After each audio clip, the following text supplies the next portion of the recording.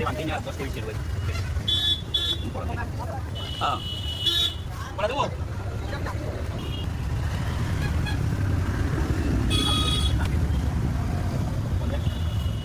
Taruh dulu ya kita kau itu.